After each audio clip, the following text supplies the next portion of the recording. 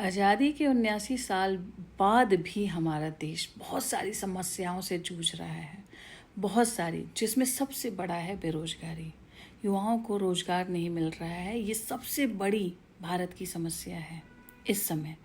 शिक्षा, जो स्कूल बंद करते चले जा रहे हैं, शिक्षा को या तो बहुत महंगा कर दिए कि आम आदमी के रीच से बाहर चला जाए, या फिर जो गरीब आदमी है जो सरकारी स्कूलों में पढ़ता था, जिसके बच्चे, वो स्कूल बंद करते चले जा रहे हैं। बहुत ज़्यादा बच्चों में सिर्फ एक टीचर उपलब्ध है जहाँ पे पढ़ाई नहीं हो पा रही है, या फिर स्कूल का इंफ्रास्ट्रक्चर ऐसा डैमेज है कि छत गिर जा रही है, तो लोग अपने बच्चों को स्कूल नहीं भेज पा रहे हैं। तीसरा है गरीबी। गरीब इतना गरीब होता चला जा रहा है, अमीर बहुत अमीर होता चला जा रहा है। देश का 40% जो धन है वो सिर्फ 1% आबादी के पास है। तो गरीबी बढ़ती चली जा रही है। स्पेशली इन 14 साल की बात भी मैं कर रही हूँ। अपराध, क्राइम बहुत बढ़ा है। धार्मिक उन्माद फैला के अपराध बढ़ाया गया है। अभी कुछ बच्चे, कल ही एक जजमेंट आया है जिसमें गो रक्षा के नाम पे बच्चों से हत्या कराई गई और उन बच्चों को आजीवन कारावास मिला। उनके पेरेंट्स अब रो रहे हैं कि बच्चों को बरगला के भड़का के मेरे बच्चों से हत्या कराई गई धर्म के नाम पर, गो रक्षा के नाम पर, और अब वो हमारे ही बच्चे जेल में गए हैं, ना कि वो भड़काने वाले। फिर उसके बाद आता है स्वास्थ्य और सामाजिक सुरक्षा। हॉस्पिटल है तो डॉक्टर नहीं है, हॉस्पिटल में इंफ्रास्ट्रक्चर नहीं है, बेड नहीं है, पेशेंट ज़मीन पे है। आप सरकारी हॉस्पिटल का हाल देख लीजिए, वहाँ पे लोगों को डॉक्टर्स नहीं मिल रहे हैं, या फिर दवाइयाँ नहीं मिल रही, या फिर सुविधाएं नहीं मिल रही हैं। मैं ये गरीब जनता के लिए बात कर रही हूँ। अमीर को हर जगह सुविधाएं मिल जाती है, उसके पास पैसा है, वो प्राइवेट हॉस्पिटल में भी चला जाता है। ये बात मैं कर रही हूँ आम और गरीब जनता की, जिनको हॉस्पिटल की सुविधाएं, जो सरकार अगर कुछ रखी भी हुई है दवाइयाँ, तो उन तक पहुँच नहीं पाती है। फिर आती है सामाजिक सुरक्षा। महिलाएं सुरक्षित नहीं हैं। लाख आप चलना है कि महिलाएं सुरक्षित हैं, लेकिन एनसीआरबी की जो रिपोर्ट कहती है कि रेप के केसेस इन 12 सालों में बढ़े भी हैं और अब छुपाए भी जा रहे हैं, वो रिपोर्ट ही नहीं निकाली जाती है। पर्यावरण पे तो मेजर संकट आ चुका है। आप दिल्ली को गैस चैम्बर बनते देखा ही है। बड़े बड़े शहर गैस चैम्बर बनते जा रहे हैं, जिस पे हमारी सरकारें कोई ठोस कदम नहीं उठाती हैं। धार्मिक संघर्ष चल ही रहा है, जातिवाद चल रहा है, धर्मवाद भी चल रहा है। जलवायु परिवर्तन, मौसम अब फिक्स नहीं है। कभी भी धूल भरी आंधी आ जाती है, कभी भी बारिश हो जाती है, कभी भी ठंडा हो जाता है, कभी भी गर्म हो जाता है। ये इंडिकेशन है जलवायु परिवर्तन का, ना कि ये मौसम के मज़े लेने का है कि अरे यार मौसम ठंडा हो गया, बड़ा अच्छा लग रहा है। ये जलवायु परिवर्तन है। हम ही और आप अपने पर्यावरण को पूरी तरीके से डैमेज कर रहे हैं, पेड़ काटते चले जा रहे हैं। बढ़ती कीमतें, महंगाई, जीवन यापन की जो लागत है, एक आम जनता, एक गरीब जो अपना बजट बनाता है, वो मेंटेन ही नहीं कर पा रहा है। इसीलिए वो और गरीब होता चला जा रहा है, क्योंकि महंगाई बढ़ती चली जा रही है।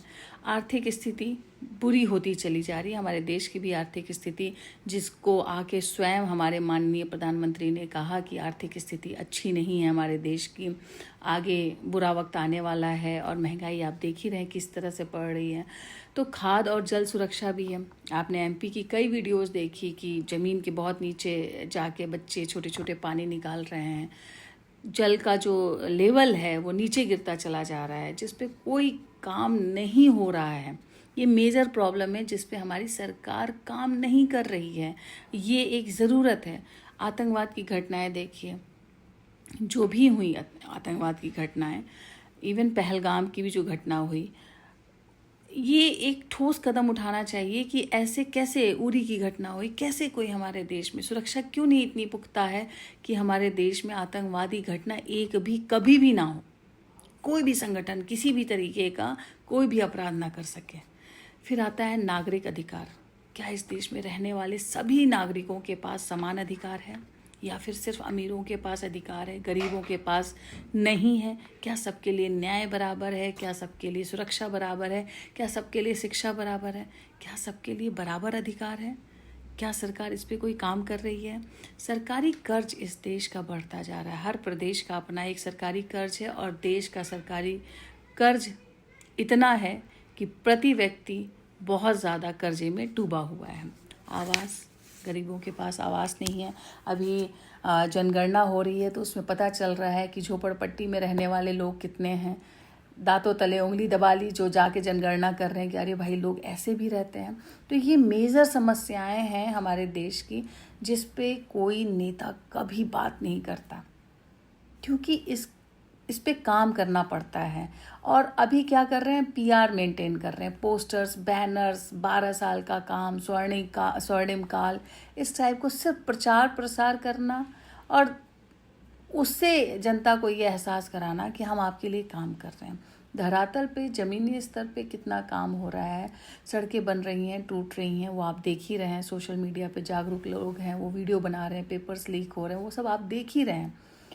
तो सरकारों को इस पे काम करना चाहिए। बेसिक जो मुद्दे हैं, जो ज़रूरतें हैं, और सबसे बड़ा मुद्दा जो बेरोजगारी और शिक्षा का है। अगर समाज के युवा बेरोजगार रहेंगे, शिक्षित नहीं रहेंगे, तो समाज की दशा और दिशा बदलती जाएगी, खराब होती चली जाएगी। अच्छी होने का कोई भी गुंजाइश नहीं रहेगी, क्योंकि शिक्षित व्यक्ति ही अच्छा समाज क्रिएट कर सकता है। तो शिक्षा को जब ख़त्म कर देंगे, बेरोजगारी बढ़ेगी तो फ्रस्ट्रेशन बढ़ेगा, बहुत सारे उसके दुष्परिणाम सामने आएंगे। तो सरकारों को इन मुद्दों पे बात करना चाहिए, लेकिन कोई भी नेता इन मुद्दों पे कभी बात नहीं करता। वो या तो मुगल की बात करेगा, या नेहरू की बात करेगा, या राहुल की बात करेगा, लेकिन जनता के लिए कोई बात नहीं करता है। ये कड़वी सच्चाई है आज की राजनीति का।